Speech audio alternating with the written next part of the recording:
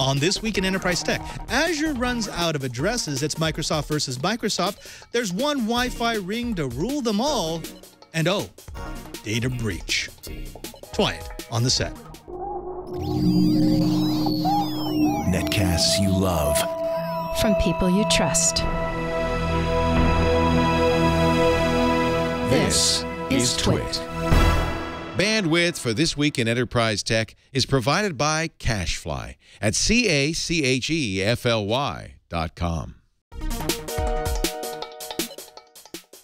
This is Twice. This Week in Enterprise Tech, episode 97, recorded June 30th, 2014. Dwayne Melancon, recovering from a data breach. This Week in Enterprise Tech is brought to you by SmartThings, the easiest and most affordable way to create a smart home. Protect and control your home from anywhere with no contracts or monthly fees.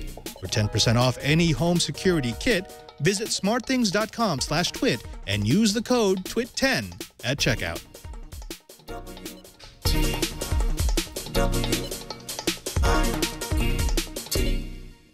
Welcome to Twice. This Week in Enterprise Tech. It's the show dedicated to the enterprise professional, the IT pro, and the geek who just wants to know how the world is connected. I'm your host, Father Robert Ballecer, the digital Jesuit, your guide to all things in the enterprise. I'm afraid that Curtis Franklin and Brian Chi are away.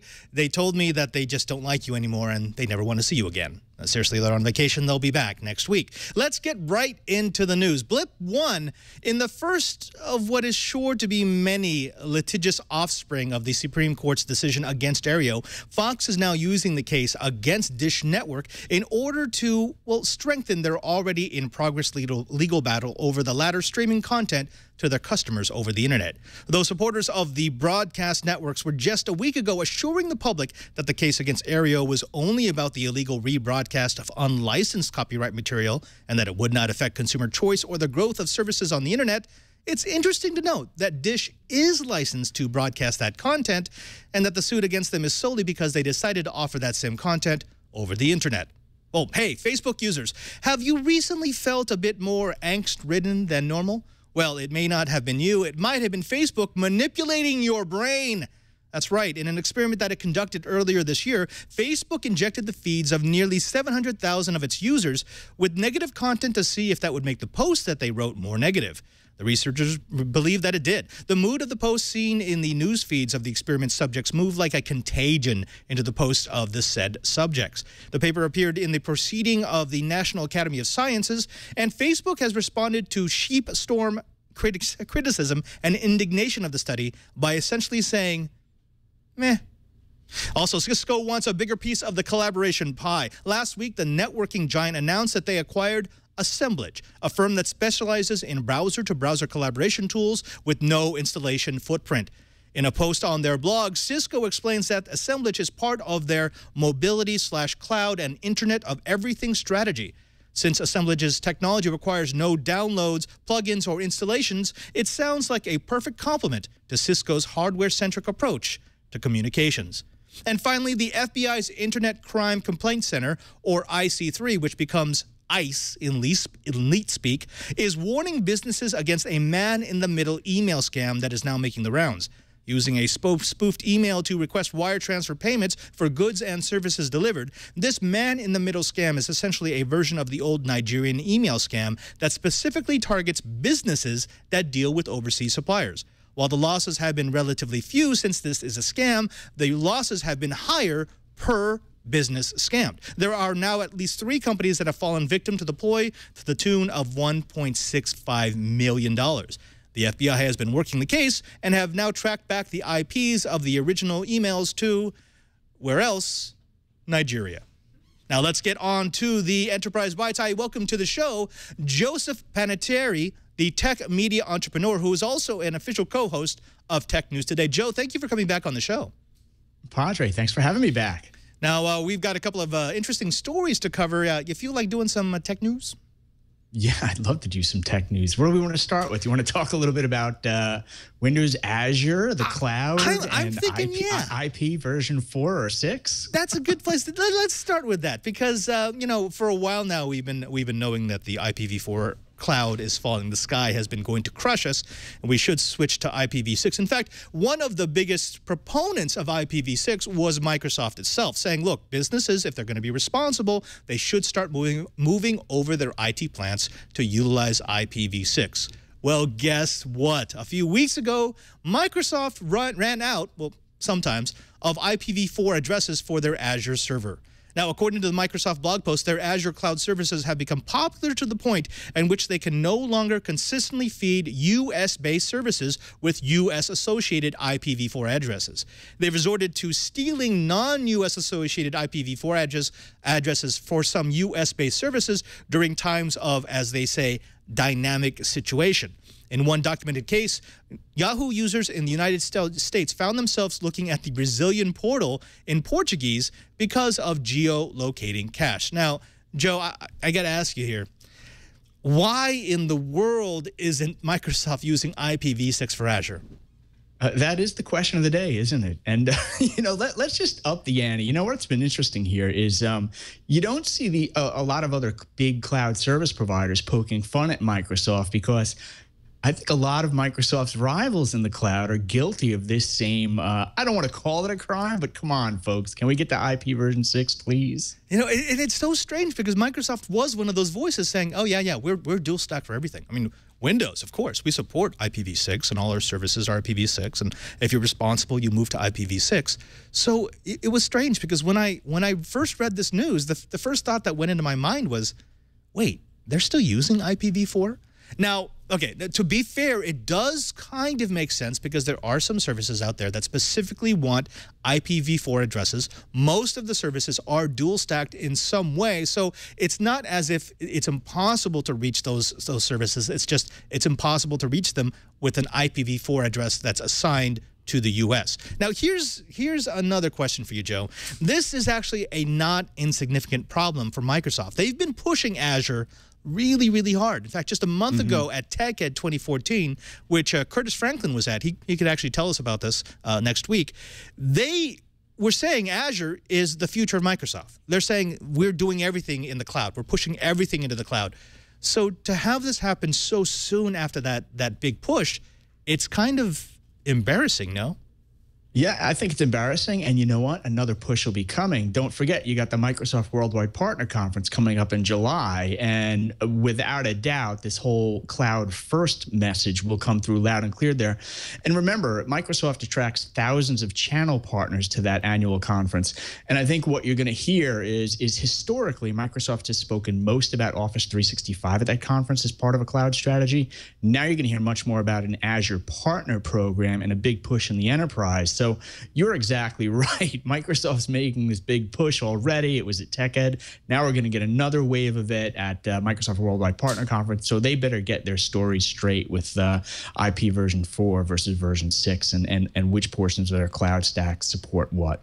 Right. We've got Scott Michaud in the chat room who's saying that Epic Games, a gaming company, has added IPv6 into their Unreal Engine as of this last June 4th. So I think if a gaming company can do it, a company that makes most of its income off of the internet probably should as well. Now, one last bit of conversation I want to have with you, Joe, is there has been talk with this recent reluctance of one of the software giants to switch over entirely to IPv6 that perhaps some of the other IPv4 alternatives, the super natting and the individual like regional natting of IPv4 might start to gain a little bit of credibility as a option, as a alternative to IPv6. I mean, yes, we know we're out of IPv4 addresses, but it looks as if the scenario that people were playing out, that once we ran out of IPv4, all business would run to IPv6, just isn't happening. Do you think this lends credence to it at all? I mean, the fact that Microsoft didn't say, when they announced this problem, they didn't say, oh, and by the way, we're switching everything over to IPv6, but rather they said we're looking at technical solutions. It seems to me as if even this giant is saying, we're not ready to let go of 4 yet. You know, it reminds me a little bit, if you rewind a couple of decades, you remember when Ethernet was running out of bandwidth, so to speak, and everyone was thinking about things like ATM, asynchronous transfer mode, and making that big leap. Well, it turns out that leap never happened. What we did was we went to switched Ethernet, fast Ethernet, gigabit Ethernet. So it was much more of a gradual path forward rather than a radical path forward. And I think that's what Microsoft and others are wondering right now. Can we make a much more evolutionary move rather than a revolutionary move? And we'll see how that plays out.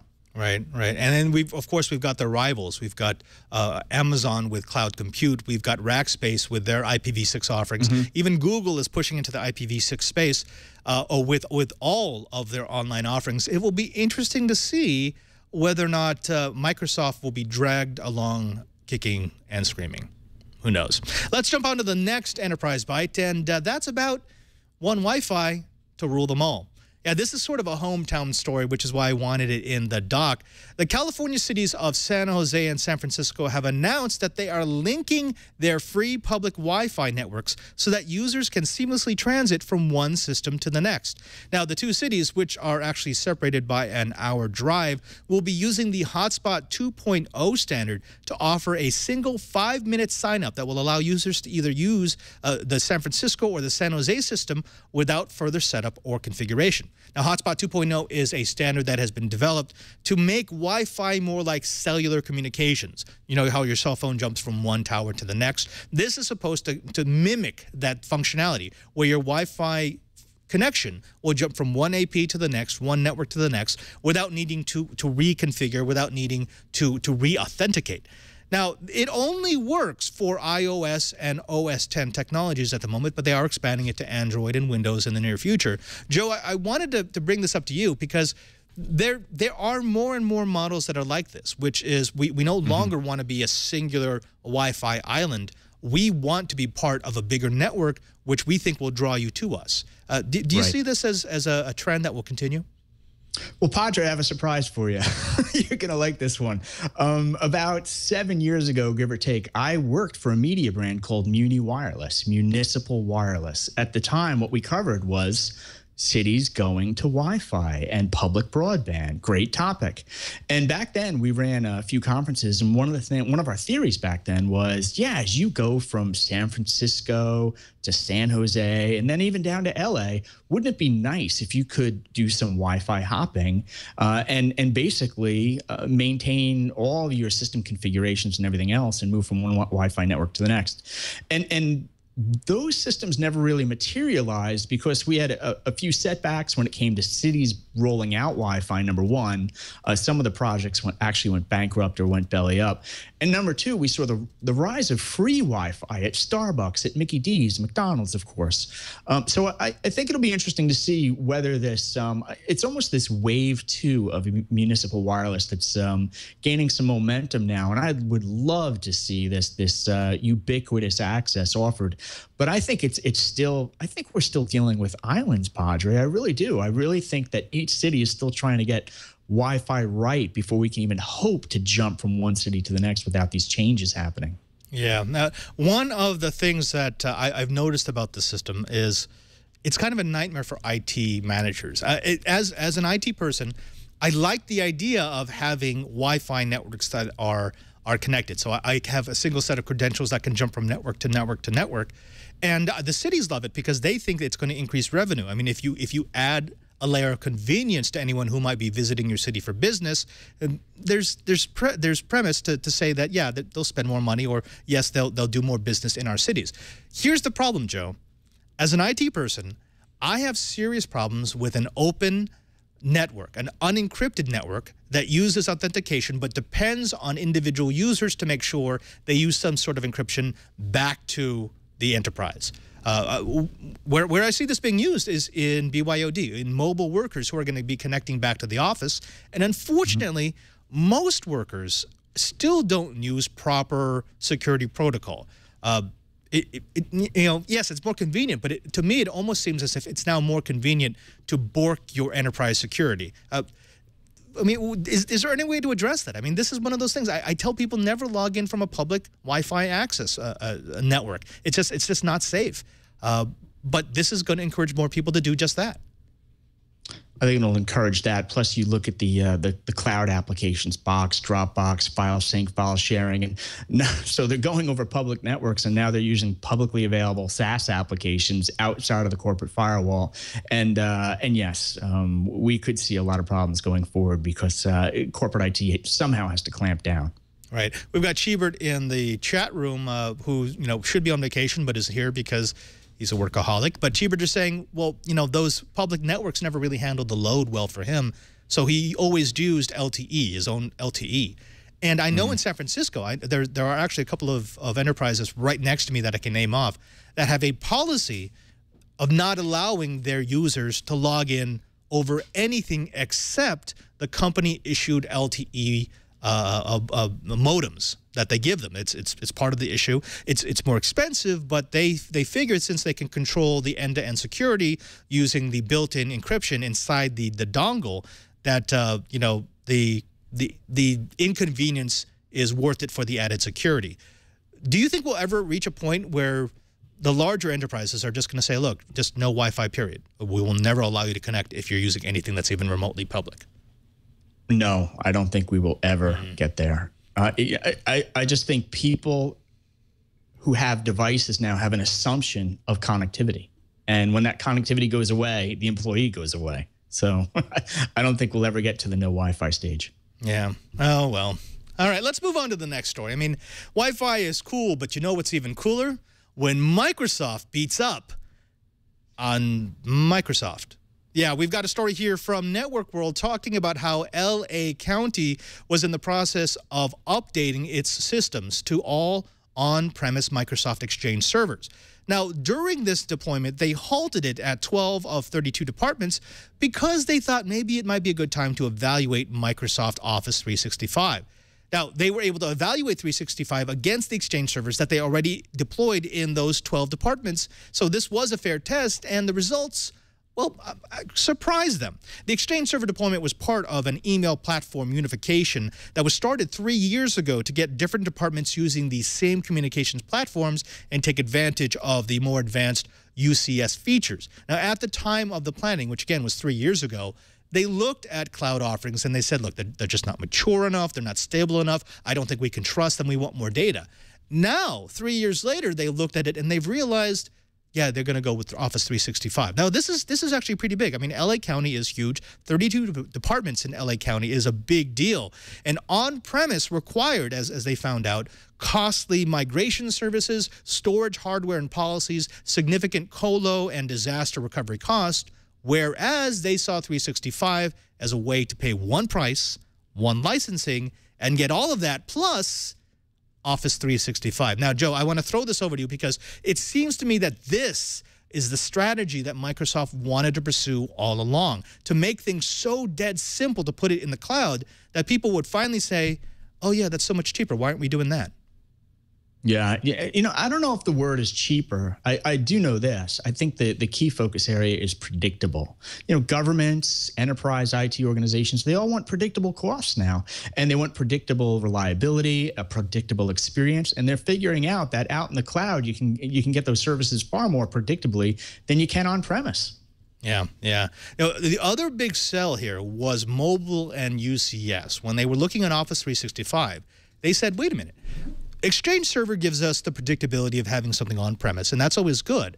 But if we go with Office 365, not only do we get all of that stuff taken care of for us, but we also get the much better mobile features of Office 365. We get the entire suite on mobile devices. We get the ability to access our data, our what is it one now? The OneDrive from anywhere in the world. We get the ability to use it on iOS and Android and Windows Phone devices anytime we need to. So that was a big sell. But here's the thing I want to ask you. If this really was Microsoft's strategy all along, why is it that so many enterprise people still say that Microsoft's licensing policies are archaic at best and absolutely hurtful to sales at worst? Yeah, you know, so let's talk about Microsoft and Office 365 licensing. And also let's bring up the big competitor, Google Apps. So I don't know what the current list is, but in terms of Microsoft and Office 365 and the SKUs, the SKUs, last I saw, I think there was roughly 11 different SKUs, maybe more. Completely confusing. Meanwhile, Google has one or two. So it's a very simple business model over at Google. And I think over time, Microsoft's going to have to simplify. The challenge Microsoft had when they were setting this all up was, I think they were trying to build revenue streams that somehow paralleled their existing Microsoft Office, Exchange, SharePoint businesses, et cetera. So they created all these crazy SKUs, and it has confused customers. Yeah, I think it really has confused them. But even though the 6 SKUs is way more than 2 or 3 from Microsoft or from Amazon, but I got to say that's less than what it was a year and a half ago. I think we were at something like 18 SKUs. So they've definitely pared them down. But it still seems to me that they're not making it brain dead simple. It really should be, look, you can get Exchange server, you can have it on premise, you can do everything yourself, you can handle all your hardware, or Bing, this is the enterprise version, this is 365, it's everything, that's all you have to know. Why does that not exist? Yeah, I think the other challenge they have is they're trying to carve something out for their channel partners as well. And what they've been trying to do is trying to create some SKUs that appeal to channel partners that are selling into small businesses with up to roughly, I think, 200 or 250 seats. So you get one whole set of flavors in that market. And then once you get to 251 seats roughly and above, you get a whole different set of flavors. And then increasingly, Microsoft wants to sell that direct, although there is some room for partners to play in that area. Right. Joe, the cost advantages of putting something in the cloud versus on-premise, that's well known. I mean, people, anytime they talk about the cloud, they always talk about the cost savings. But something that Microsoft has been able to do, and I think this is kind of stealthy, is by bundling 365, not just with your email, but also with your productivity suite, they've now created something in the cloud that no one else can match. We're going to see this bundling from other manufacturers, right? I mean, we're going to have to see it from Amazon. We already kind of see it from Google. What kind of partnerships need to be made in order for these other entities to compete with Microsoft on cloud services? You know, it's interesting. There's a few companies out there that I think are doing some intriguing things. Zoho would be one of them. Zoho has multiple different applications. They have their own online mall where you can just keep on clicking on applications to create bigger and bigger bundles. You know, I also think Amazon's at play here without a doubt. You know, what's challenging, I think, is a company like Amazon. They're trying to do desktop as a service, but they're offering Microsoft's own Windows through that desktop as a service in the Azure cloud. So on the one hand, Amazon's trying to free you of Microsoft, but on the other hand, Amazon itself is leaning on Microsoft, and the whole licensing challenge is there to move forward. The dark horse in here, I think, is IBM. I think they were way behind in the market. They were doing smart docks and some other initiatives, and then they got into the game with the SoftLayer acquisition. And we'll see, you know, SoftLayer right now mainly infrastructure as a service. We'll see how IBM layers in software as a service on top of that in some big ways in the months ahead. Yeah. Let's move on to another part of this, which is anytime we've talked about cloud services in the past, there's always been that reluctance to move because, dun, dun, dun, what happens if you lose your connection, right? I mean, that's always been sort of the nightmare scenario. I move my entire enterprise over to cloud-based services, and then I lose my connectivity to the internet, and suddenly I've wasted an entire day or however long it takes for me to reestablish my connectivity. Now, just last week, just this past Tuesday, in fact, there was a breakdown that caused a system-wide outage of Office 365 across the world. That was the once nightmare scenario of Office connectivity of cloud services. Now, it pretty much decimated the workday for the East Coast. You had a little bit of productivity that you could still have on the West Coast because of the time shift, but you don't see this as a huge outcry. I mean, if this had happened 2 years ago, every story in the tech media would have been about the outage. This got maybe a day of play and a couple of afternotes, but it doesn't seem to be as big of a disaster as people first thought it would be. Why is there that difference? Because I think so many people are using Office 365 now that they're getting used to how reliable it is. I think Office 365, Google Apps, Salesforce.com, and the list goes on. The track record is just getting better and better, and the deployments are getting wider and wider. So when you're used to those services always being up, the one time it's down, yeah, it's surprising, and you're going to have a day of non-productivity. But on the other hand, so many people are used to a good experience most of the time. I don't think there's a big outcry when it's going to be a dark day. One last question, Joe, and that is, not too long ago, the city of LA was evaluating Google for the exact same thing, moving over to Google services, because free, of course, is awesome. But they had some serious complaints about the potential security issues with using Google. Why do you think they're not going to have that with Microsoft? Because it seems as if that's not even a question anymore. Yeah, you know, I also think that's a story that goes back in time when both Microsoft and Google were having some issues with quote-unquote security. And it's not like Microsoft or Google had documented security breaches in the cloud. The bigger issue was various verticals, government, financial services, healthcare.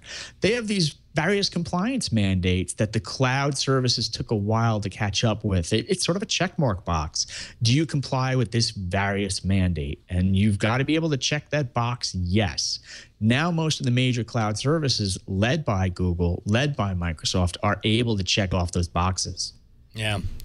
Now, speaking of checking off of boxes, when we come back, we've got someone who thinks out of the box. We're going to be having Dwayne Melancon from Melancon. I'm sorry, there's a Cajun pronunciation there. Please put that into your head.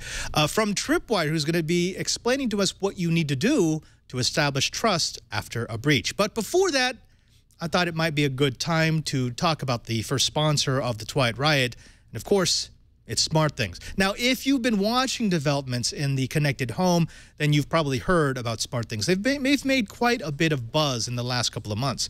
SmartThings makes it easy to protect and control your home with your smartphone. You can adjust the lights or temperature, keep track of whether your kids come home from school on time, and even check to see if you remembered to close the garage door. And you can do it from anywhere using your iOS or Android device. Now, okay, enough of the PR talking points. I know you hear this about every home automation system. What makes SmartThings different? Well, I think what makes it different is that it's so easy. This is what you start with. This is their kit. You start with one of their 3 home security kits, which they call Smart, Smarter, and Smartest, and each kit contains one of this. This is sort of the brains of the system. This is the Smart Hub. Now, this Smart Hub allows you to connect to all of these sensors, all of these different devices, so that you can get functionality throughout your home. Now, what I really like is this one. This is the Smart Sensor Presence.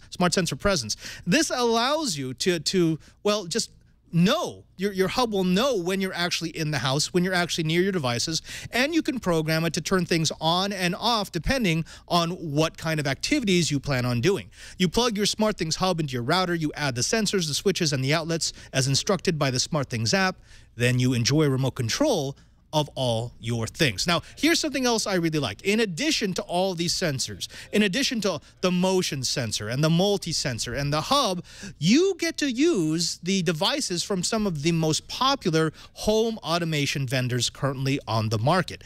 The manufacturers like GE or Slage or Honeywell, Eon, as well as the latest connected devices from manufacturers like Nest, Philips, Wemo, and Sonos, and oh so much more. In other words, SmartThings works with the home automation you already have. It's compatible with your devices, it's just, well, smarter. Now, the Smart Home Security Kit is $329. It includes one SmartThings hub, one SmartSense motion sensor, one SmartSense presence sensor, and 3 SmartSense multi-sensors, which are multi-purpose sensors for doors, windows, and drawers that sense when things open and close and can measure temperature, acceleration, and vibration. The Smarter Home Security Kit is $479. It has all those things plus an additional motion sensor, a smart power outlet, and a siren or strobe alarm. Now, the Smartest Home Security Kit is $599. It includes all of the above plus another presence sensor, power outlet, and an outdoor light plug and control power outlet. Each of these kits offers an affordable way to secure and automate your home without any of the contracts, monitoring fees, or hidden charges associated with the traditional home security company. So here's what we want you to do. To get started today, to create your smart home, visit smartthings.com/twit. And you can save 10% off the purchase of any home security kit by entering the code TWIT10 at checkout. You'll also get free shipping within the United States. That's smartthings.com/twit. And remember to use the code TWIT10 at checkout. And we thank SmartThings for their support of This Week in Enterprise Tech. We welcome to the show honored guest and all-around guru of all things reputation, Mr. Dwayne Melancon from Tripwire. Dwayne, thank you for coming on to This Week in Enterprise Tech. Thanks a lot. Thanks for having me.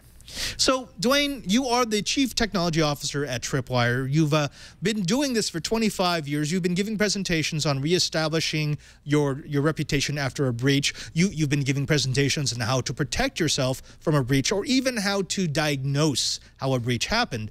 Tell me, what do we not know about breaches? Well, one of the challenges when we step into a breach situation is that kind of those first questions. Okay, do I have a problem? If I do, how big is it? And what do I have to do to recover and then prevent this from happening again? So a lot of the discussions, you know, kind of in the old days, when I first started getting involved in breach cleanup back in 2001, a lot of the questions were really centered in the IT realm. So the InfoSec guys, you know, maybe law enforcement if law enforcement got involved. But what's changed over the last probably a couple of years in particular is that now the rest of the business is getting involved. You know, we're talking about reputational impact. We're talking about, you know, the board having confidence and trust in our information security capabilities and things like that. So when we talk about restoring trust, you know, there's the old school kind of technical conversation, but it's all the way up to, you know, what systems can I trust, which third parties and providers can I trust, and then how do I rebuild the trust in our own capabilities so that we have the confidence to be able to defend ourselves and people, you know, whether it's our customers or internal employees, feel like we've got things under control. Now, Dwayne, this unfortunately is a very common scenario where an enterprise will be breached, because all enterprises will be breached at some point in some way, in some fashion, and they don't know what to do. They kind of know that they want to fix what's going on the technical side, although what I've seen most often is that they just kind of reset everything. In fact, the single most common mistake that I think IT administrators will make after a breach is because they think their system has been compromised, they'll go back to backups and they'll wipe everything out in order to have a clean slate. But then they've wiped out all traces of the breach. They don't know how it happened. And in fact, if it was a problem with the network, with the way it was configured, they've just opened themselves to another breach. I mean, that's kind of been the MO for at least 20 years. Yeah, that's the, you know, the just fix it thing. You throw a bunch of people at it, try to get it fixed, and one of the challenges there is that, as you mentioned, you destroy evidence that could be used to kind of help figure out forensically what happened, but you're redeploying infrastructure that's vulnerable in the same way. So you end up playing like this game of whack-a-mole where I redeploy something, I fix it, it's compromised again in the next few minutes, and it starts infecting the things around it, and you're never done. And one of the things we learned early on was that one of the quickest changes you can make that makes a difference is to, you know, we call it stabilizing the patient. So you remove or reduce access to the production environment, force password changes on all of the production credentials, and that includes service accounts, it includes third-party vendors, it includes anything that adds you know, any kind of service or access to your network. So change all of those, because the attackers will probably have most of those credentials anyway. And you know, now you can start to do other things, like you want to implement a change freeze, a production change freeze, because the moment you expect things to be quiet, any motion will be an indication that something's up. You know, so you're now looking at, it could be a case of I've forgotten to turn something off, or someone has, you know, access to the email system, for example, or to one of our trusted repositories, and they're just, you know, scoping out the new credentials the moment we change them. But it helps you to try to narrow it down so that you're not trying to deal with everything at once. Okay, now one of the other issues here is when an IT person knows that his or her network has been breached, their first responsibility is to get it working again. Because, I mean, just because an enterprise has been breached doesn't mean you can shut everything down. People still need to work, things still need to get done. So I can understand why their first inclination is to just reset everything, even if, as you said, that could be a horrible, horrible thing. Mm-hmm. If they're not to do that, if they're not to just wipe the slate clean and start from scratch so they can get back to business, how would you suggest that they proceed? I mean, what are the things that they need to do at the very beginning to make sure that they preserve evidence of the breach while at the same time getting people back to work? Well, part of this is understanding ahead of time what you're dealing with, and that means, you know, having a clear picture of what your risk tolerance is on different things. We talk about identifying what we refer to as the fragile artifacts. So these are the systems that are most important to your business because they either are revenue bearing, or maybe they have a high business impairment cost if they go down, or, you know, in some cases it's just because nobody knows how to fix this thing anymore and we can't take it offline. You know, so for those things, if you have to leave them running, then you need to contain them. So that's, again, where you go back and say, how do I minimize the number of people who can access and make changes to this? How do I put really tight monitoring around these systems so that I know everything that's going in, everything that's going out? I can start to, you know, minimize the chances that people will misuse those assets in my environment. So that's a big starting point, is to understand what's most important and really focus your time and attention on putting as tight of set of controls around those things as you can, because chances are those are the things that will most harm your businesses, most harm your customers, and you know, get you into regulatory trouble. Whatever the issue is, chances are those fragile artifacts are at the center of that. Okay, now before we get too much into the nitty-gritty, I want to take a step back and let you give us sort of a 10,000-foot view of the problem. Specifically, do you have any cases that you can talk about where a company was breached and then it had a particular response to that breach that maybe could use some improvement? Well, some of this, you know, there's this blurry line between response and planning. And one of the examples, and by the way, full disclosure, I'm not involved in the cleanup, so I can talk about this based on publicly available information. But if you look at the Target breach, for example, there are a lot of things that we can learn from that. You know, one is the evidence would indicate that there wasn't a lot of network segmentation going on, so that once someone got into the network, they were able to move around, you know, pretty much unimpeded. And that's one of the things that we've learned, is that the value of segmentation and compartmentalizing your network based on business function, business purpose, makes it easier to control that. Because if you know that a certain segment of the network only does a certain set of IT functions, then it's easy to find when the exceptions happen. You know, so this is the outlier kind of a problem. One of the other things we found is that you need to safeguard your deployment repositories. You know, a lot of organizations are moving towards DevOps and other kind of rapid deployment methods, and those are awesome, but you've got to realize that they're a point of potential vulnerability, because anytime something, whether it's code or IP or even a transaction, moves from one set of one environment to another, you know, I call these the handoffs. Anytime one of these handoffs happens, risk is introduced. So you need to make sure that, you know, your release management guys release some things, put it into a trusted repository. Did it stay that way once they put it in? You've got scripts that take these payloads out and you know, deploy them across your production environment. Can I trust those scripts? Have people been tampering with those? Because I've seen cases where, you know, somebody modifies a script and not only does it pull from your trusted repository, but it may pull from another directory on your network that you're not even monitoring. And, you know, those kinds of best practices will help you understand what is baseline normal for my environment, how do I detect the variance, and then more importantly, how do I safeguard those risky transitions from either, you know, staging to production or from release management into deployment repositories or wherever the, you know, kind of sensitive things are happening. How do I put some controls around that so that I know when somebody does something they shouldn't? All right, all right. Now, I'd like to welcome back into the conversation Joe Panettieri. Joe, this is something that we cover a lot, right? I mean, anytime there's a data breach, it's huge news. Anytime there's a data breach, there's always that sort of the forehead smacking moment of, you did what? Or, you know, you didn't tell your customers fast enough, or you allowed your customer base to be taken out unencrypted, or you allowed your customers' credit card numbers to be compromised. So this is something that enterprise is really starting to pay attention to, right? I mean, it's no longer just trying to prevent a breach. It's now, you're going to get breached. What do you do after? Yeah, and I think, as you both covered just a little bit during the opening of this topic, it's more of a business discussion now. There are business leaders now, rather than just the CIO, rather than just the VP of IT, who are making purchase decisions on SaaS applications, cloud applications. And all these business leaders ultimately need to be responsible, working closely with the CIO, I think, going forward. And maybe it's a chief compliance officer. Maybe it's one of the questions I'd like to ask is, are we going to see the return of a chief information security officer? You know, we saw that boom maybe 5 to 7 years ago, and then it died down a bit, I'd put the question to both of you. Are we starting to see now that need for someone who is the point person ultimately for wrapping their arms around this? Now, I do want to just really quickly address something that's going on in the chat room right now. There's sort of a mantra happening of trust no one, and that's a very common phrase here on Twit. We believe in trust no one, but we're not talking about that right now. We're not saying, oh, just make sure that just assume everyone is going to try to mess you over. Yes, keep doing that. But what we're talking about is if you're running a service, if you're running an enterprise, if you're running a business, in order for people to trust you enough to buy your services or products, there needs to be a level of reputation trust. There needs to be a level of brand loyalty, brand adherence.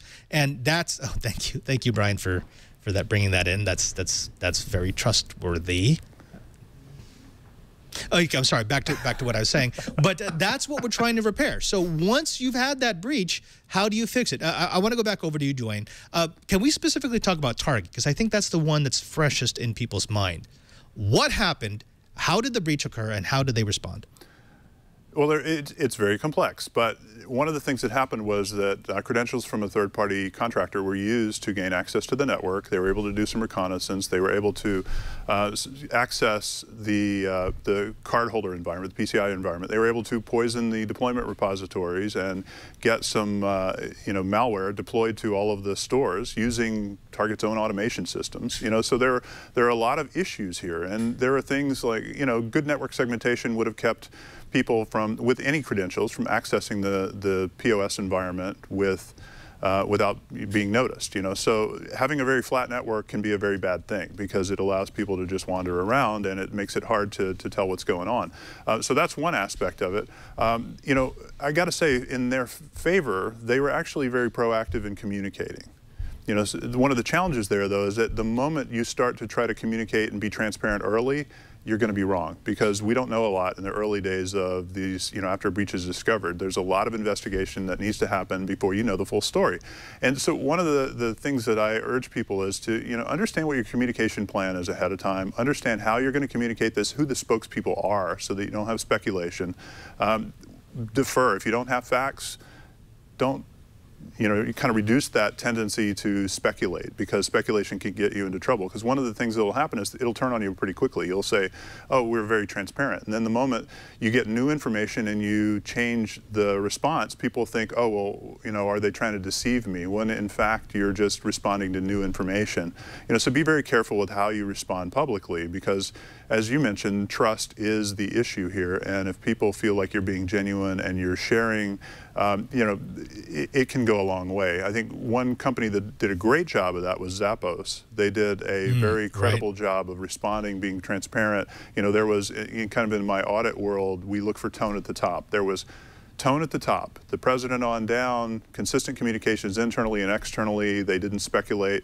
They took the customer's interest to heart and manned the phones 24/7 to help people with account issues and potential account misuse. And to me, there are things to be learned on the positive side from people who have been victims of this in terms of how they communicate to the outside world. Well, if I remember correctly, Zappos actually does have a chief security officer. What were the things that they did? I mean, going back to Joe's suggestion that we re-implement that position, is that what you need? Do you need a czar who is there for emergencies? That's pretty much all he deals with. He deals with the aftermath of breaches. Is that what Zappos did right? Is that what other companies should copy? Well, and one of the things they did right was to plan ahead. So this is the value of having standards and having a mandate that drives people to adhere, adopt, and conform to those standards. I mean, one of the challenges when a lot of these breach cleanups are so complicated because, the servers have developed personalities and they're like snowflakes, and it's really difficult to tell which ones are configured properly, which ones are not. So having a set of standard applications, standard ports, standard configurations, and standard user set in a production environment in particular can all go a long way to help you root out the outliers very quickly and systematically. And Zappos actually had that capability. They also had some of the best practices that we've heard about in some of the breaches, right? Having salted and hashed passwords, ensuring that they had good role-based access control. And again, you don't want to have user identities like snowflakes. You want to have logical groups of capabilities, and when you provision users, you provision them based on their role, not on who they are, so you have a bunch of people who move from one project to another and retain these vestigial access rights. That even makes it harder. So a lot of this gets down to having a set of standards, having the means to set those expectations, hold people to the policy, detect outliers and exceptions early, and deal with them before they result in loss. Right, right. Joe, let me drag you back into this conversation, because so what Dwayne is saying, I mean, it all makes sense. And it all seems as if, yeah, these are things that you should have in place. Well, why is it that most enterprises don't? I think Dwayne had mentioned earlier that this move to DevOps and this speed to market, this, every corporation, particularly every publicly held corporation, their big priority is earnings per share and boosting revenue and growth. And how do you do that? You don't do it from IT maintenance, you do it from IT innovation. And I think sometimes companies get so caught up in how we innovating, they don't call the time out and take a hard look at their best practices, as Dwayne had shared. Okay, Dwayne, let's go to those best practices. Okay, so here's our hypothetical 10,000-seat enterprise network. It's tied to a business that has some sort of retail operation. There's just been a massive breach. They're just starting to leak out reports to the press. What are the actions they need to take? I mean, if you were now the chief security officer and you're directing the troops and you're in this emergency mode, what do you tell them to do? Well, I'll start with, if law enforcement's involved, you do what law enforcement tells you to do. Okay. But short of that, or even in cooperation with them, some of the logical steps that we see making sense are, first, I mentioned stabilizing the patient. That's, reducing access to the production environment, resetting those service accounts for everything, freezing changes, and then continuously monitoring the heck out of it so that any change gets noticed. The other part of this is to know what you have and have it prioritized by risk and value. I talked about the fragile artifacts. You need to have that discussion ahead of time, ideally not in the kind of heat of firefighting with the breach.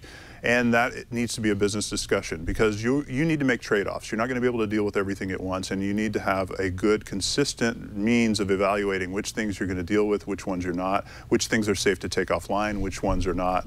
And so that's a key aspect of it.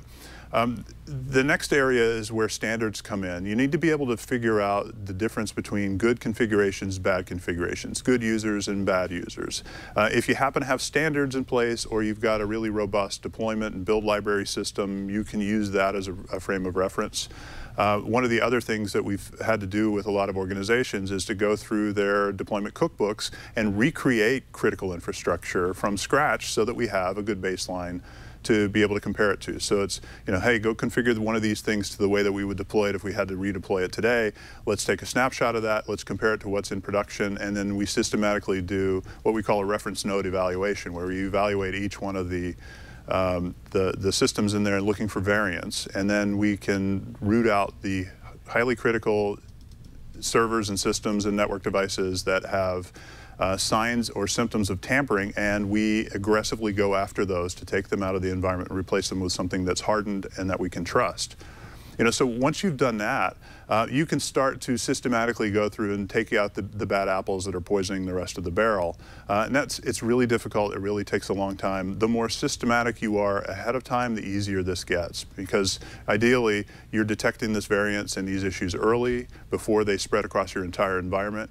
You're able to know what good looks like, so you can go back to good very quickly, and you have a process in place to respond to that. And that's one of the other things that I've seen organizations that are getting better at, is having a well-organized, well-planned, and rehearsed CERT, Security Incident Response Team process, so that you know who to mobilize, you know how to keep people from having collisions and friendly fire problems where too many people are in trying to fix things, and you can have an orchestrated and measured response.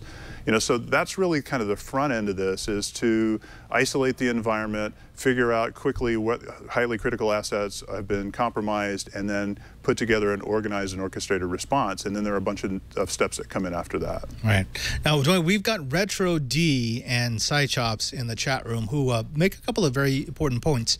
As you were talking, I think I can feel the rage bubbling up in the chat room, because they know this. I mean, the IT people understand that, yeah, this should be planned years and years in advance. This plan should be ready to go.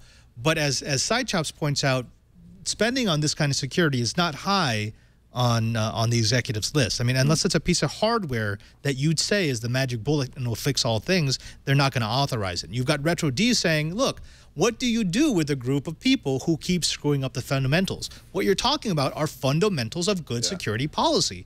Well, we know these things.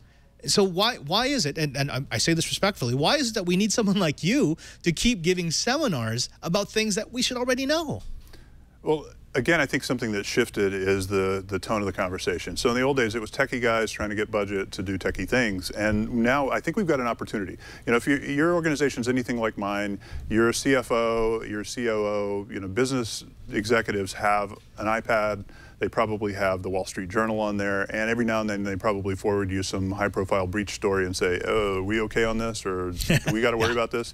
Each one of those things, and whether they email you or not, if you see a high-priority issue that you're worried could affect you, that becomes a good basis for a conversation with the business, and to try to talk to them about where the risks are, where the opportunities are, what your priorities are to be able to resolve some of these things. And, you know, ultimately, one of the things I talk about is that, you know, hope is not a strategy, trust is not a control, and then we need to figure out a way to make sure that the shape of our IT spending matches the shape of our risk. You know, so regardless of how much you're spending, you need to make sure they understand what the risk-based priorities are so that you can spend appropriately. And if you find areas where, you know, executives on the business side understand risk, a lot of them understand controls. So start to talk to them in their language about business impact, about risk, and about what expenditures could reduce that risk to an acceptable level. And then you can have a funding conversation, because it generally boils down to resources, it boils down to money, it boils down to maybe, you know, third parties that you can hire to help you with this. There's generally an answer for this, but it's not going to get funded unless they feel it in their gut. It's got to be a visceral response. Dwayne, I think you just mentioned something that's absolutely vital. I think everyone listening to this show right now should remember and should tell all of your IT friends, and that is this idea of talking to them about the percentage of risk. What we like to do is we like to listen to a presentation like this, and we like to say, this is why you need to fund me. This is why you need to trust me so I can prevent this from happening. I think that never works. That's what we're used to doing. We're used to saying, wait a minute, why aren't you trusting me? If you hire me to protect you, why aren't you giving me the budget so that I can do that? I think what you're saying, Dwayne, and what I'm hearing is talk to them in their language. Tell the executives, look, I can get by on that budget, but if you want me to get by on that budget, you've got a 40% risk of this. You've got a 60% risk of this. Yeah. This we're not protected against at all. And those 3 stories that you sent to me, yeah, those could quite possibly happen here. So I'll do what you want me to do in the budget you give me, but if you give me the extra, I can start addressing these things. Is that the kind of conversation you're advocating? Yeah, and one of the things that I've learned is that a lot of people who are involved in information security are not, they don't have a lot of practice doing that. So what I would say is find an ally, find a coach. You know, it could be somebody in your chief legal counsel office that's used to taking really complex legal things and translating them into a business risk that people understand. They can help coach you, you know, and say, here's my story, here's what I'm trying to tell. Help me figure out the right words for this. Or if there's somebody in your controller's office that prepares, you know, management reports or board reports, they're used to taking, you know, huge amounts of data out of Excel and getting it down to a couple of you know, pie charts or graphs that generally go up and to the right in PowerPoint, and you know, they can help you net out a lot of the complicated world that you live in and take it down to something that the guys will be able to understand and act on, ideally in a way that favors your posture. Now, Joe, we've got Merwolf in the chat room who makes a good point. He's saying, well, you know, every major breach makes that conversation a little bit easier. And Dwayne was just mentioning how you sometimes, I remember getting this, you get that forwarded email, or you get the forward to the link to the story about a breach with the tentative question, are we covered for this, or are we okay with this? That's kind of how we deal with breaches right now, right? I mean, it's just executives getting scared and saying, this could never happen here. Yeah, I think that's the case, but I think some of the good news is I think security is moving towards the storage and disaster recovery market, where years ago we would always talk about disaster recoveries after the disaster. And now that disasters are the new norm, now that Hurricane Sandy and other disastrous issues seem to be popping up more frequently. I think there's a more proactive stance on disaster recovery. And now that I think security issues are becoming the new norm, I think companies will get more proactive. I truly do. Yeah, yeah. I think they have to, right, Dwayne? Because I mean, there's only one way for this to go if you don't get more proactive, and that is it's going to get worse. And it will get more difficult to reestablish trust if people see you get breached again and again and again. Yep. Yeah, and one of the things that is, unfortunately, this has to work, and it feels like it's out of office space. But sometimes people don't listen to you, and you bring in a pen tester or you bring in a consultant to help kind of air your dirty laundry, and then maybe they'll get some action there. Sometimes people don't want to listen so much to their internal staff, and they will listen to an outsider. But I would recommend that you try to get that funded before you have a real problem. Right, right. All right, Dwayne, I want to throw this back into you. We talked a little bit about the emergency actions that you need to take after a breach. We've talked a little bit about the cases that you've been involved, well, not involved with, that you know of, in which companies had to respond to a breach. Now, let's get really, really proactive here. What are the concrete steps that an IT administrator listening to this podcast right now should be taking? What are the things that he should be doing aside from preparing to have that conversation with the executives? What are the hints, the little tips that you can give him about preparing his business, his network for a breach? Well, some of this gets down to there are best practices out there. If you look at, it used to be the SANS top 20, now they're the Council on Cybersecurity top 20, or the NIST framework, which is very complex, but I recommend going for the top 20 approach. Start going through the list. The first 4 deal with knowing what you have, being able to detect which configurations are secure, finding changes, and making sure that you know what applications and what hardware and software are on your network. So a lot of that will help you. And then the next layer up to me is really getting a clean handle on the application access, the user roles, and kind of inventory what you have. Because one of the things we find is that a lot of times people discover things after a breach they didn't know were in place, whether it's an application that's been sitting around for a while, user roles that are inappropriate, old accounts that are sitting there. I mean, that upfront audit is definitely a best practice.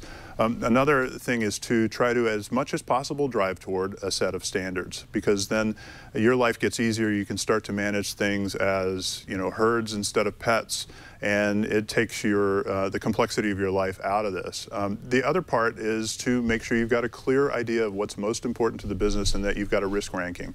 One of the things I know you wanted to kind of forego the conversation with management, but best practice I've seen in a lot of organizations is to set up some kind of a risk and security oversight board. And this is where it's beyond IT. You're having a conversation with key stakeholders in the rest of the business to understand what are our risks, and to get them interested, you can cover risk beyond IT. You want to cover hiring risk, you want to cover third-party contract risk, you want to cover DR, traditional kinds of topics, things that might affect revenue. There's a whole range of things that you can discuss, but part of that will always boil down to IT risk, and being able to have a conversation where they understand your world and without having to learn your craft, and understand what the risks are and the impact on them will be. That makes it easier to get some tone at the top, to get a project in place, and to get some momentum moving down the road towards adopting these standards. Right, right. Joe, what about you? So throwing over to you. I mean, because you do have experience reporting on these data breaches. You have, I know you've done your own research on how companies recover from these breaches. What would be the tips that you want to give to that IT administrator? Well, I think the big one now is you can't act like a dictator anymore. I don't think the CIO can just hand down mandates on what applications can be used and can't be used. I saw let's call it a $300 million mid-market company try to outlaw Box and Dropbox and other cloud applications without giving any major alternatives out there. And the users revolted. They just went off on their own and started using all these third-party applications. And suddenly, not only was the CIO trying to secure his internal network, now he was trying to go chase down all these other third-party services that the employees were accessing. So I think the biggest tip of all is you can't just say no anymore. You have to have some informed best practices for your employees in terms of what they can use and why. Right. All right, gentlemen, I want to do one last story, one last bit, because I think it's very germane here. I think it's something that we should talk about. When we think of data breaches, we think mostly of external threats. We think of something like a Target. We think something like what was it, TJ Maxx, where your network is actually getting attacked and someone from the outside is pulling data out of secured servers.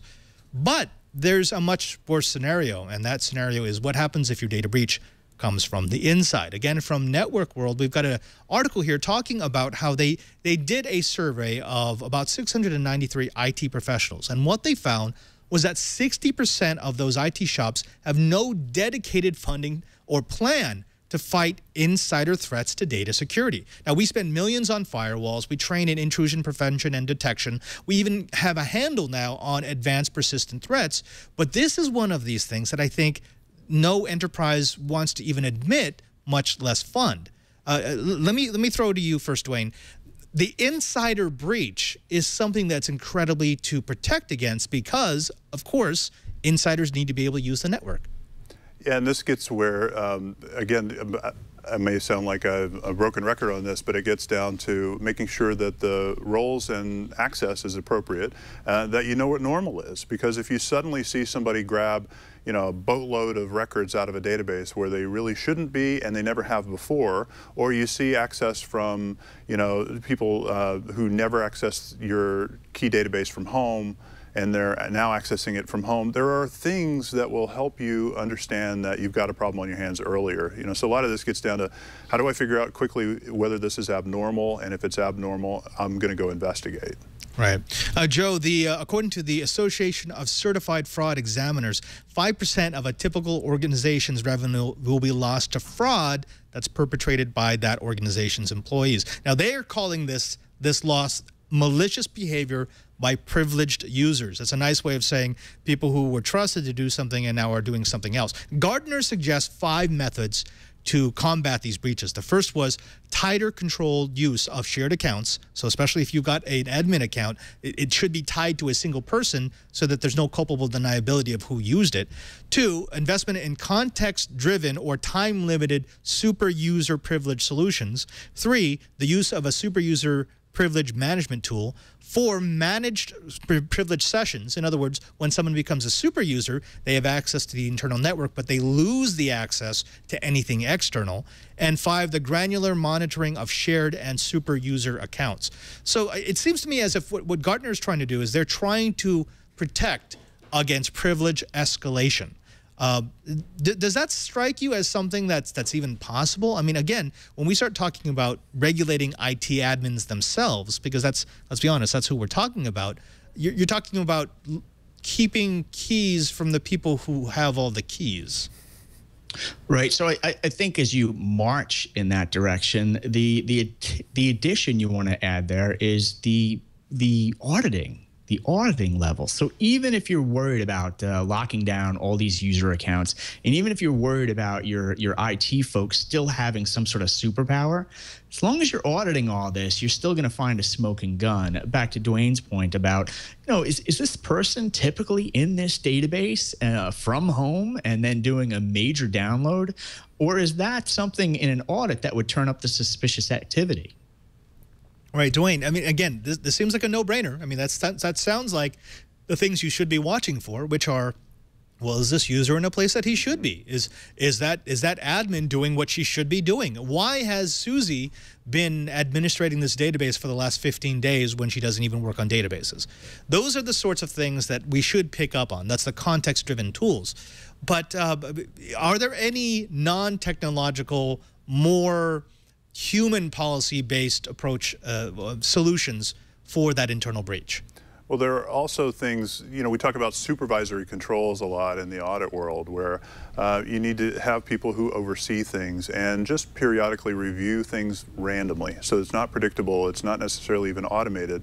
You know, that can help a lot. Another part of this is, you know, when you find some of these third-party issues, they're generally more of a process problem than they are of a technology problem. You know, so a classic thing in a lot of SAP environments is the people who create accounts that pay people should not ever be able to get paid out of that. You know, so if you create a vendor, you can't authorize payment to that vendor because it prevents people from setting up fictitious companies and paying themselves.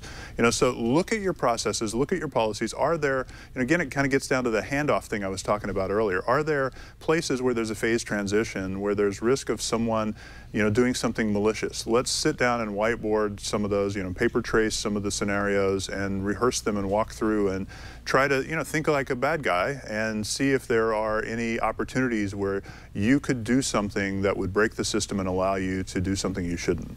Right. Well, gentlemen, I want to thank you both for contributing to this panel discussion. Breaches are something that we're going to be talking a lot about, so it's great to have one of the acknowledged masters of recovering from a breach on the show. I want to give you your chance to tell the Twilight Riot where they can find you. Joe, let's start with you. I know they can find you on TNT, but where else can they find the work that you do in the tech world? Absolutely. So most recently, I was with 9 Lives Media, and the brands over there were The VAR Guy, MSP Mentor, and Talking Cloud. But these days, you can find me on seekingalpha.com, blogging about tech stocks, and just find me right on Twitter at Joe Panettieri. Thank you, Joe. Always a pleasure to have you. We will have you back.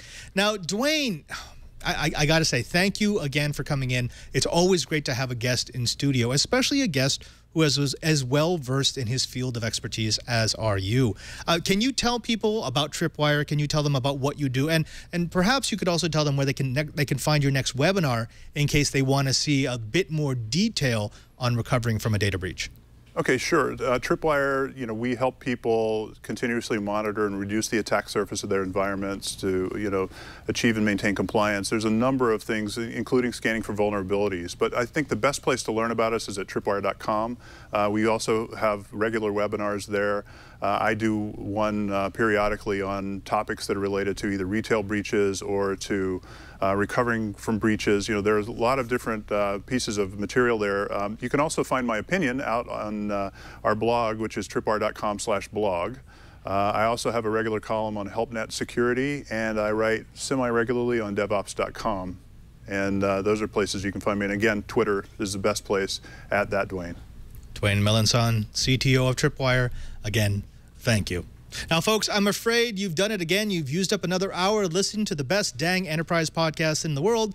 That's according to 99 out of 100 hackers looking for our data. But we don't just want to leave you out in the cold. We want to give you a little something for tuning in each and every single week. What we want to do is we want to give you a way to get This Week in Enterprise Tech on your device of choice automatically.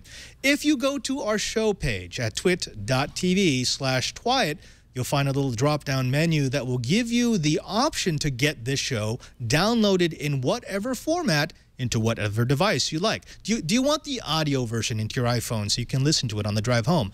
We could do that. Do you want it automatically downloaded into your desktop so you could play it on your large screen TV when you get home? We can do that. Do you want it on your Android phone or tablet, your Zombie Zune? We've got it all there for you because, well, because we love you. Also, did you know that I'm on Twitter? Yeah, if you go to twitter.com/PadreSJ, that's @PadreSJ, and follow me, you'll find out what's coming in on every single episode of This Week in Enterprise Tech, as well as be able to find out what I do in between episodes. And that includes setting up for my other Twitch shows like Know How with Brian Burnett on Thursdays, or Coding 101 with Shannon Morse, or Padre's Corner on Fridays. So follow me at twitter.com/PadreSJ. Also, Did you know that we actually do this show live? That's right. Every Monday at 2:30 Pacific time, you can drop by at live.twit.tv, and you'll see the pre and the post show and all the bloopers, all the things that we cut out of the downloaded episode. It's actually a lot of fun. It's part of the experiment that is Twit. We're not just about producing content. We're about being interactive. And that's why you should also be in our chat room at irc.twit.tv. You probably heard me call out to several of the users. That's because our chat room is filled with some bright engineers, with some funny trolls, and yeah, just some all-around good people, including Cheebert, who is supposed to be on vacation but isn't. Isn't that just strange?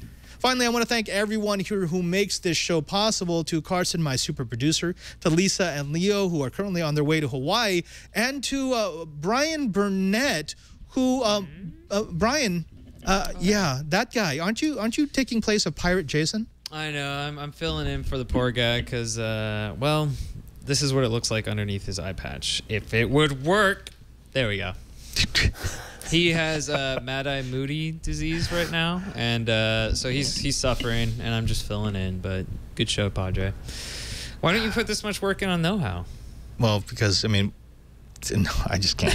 I just can't. I'm sorry. How much time did we spend on that?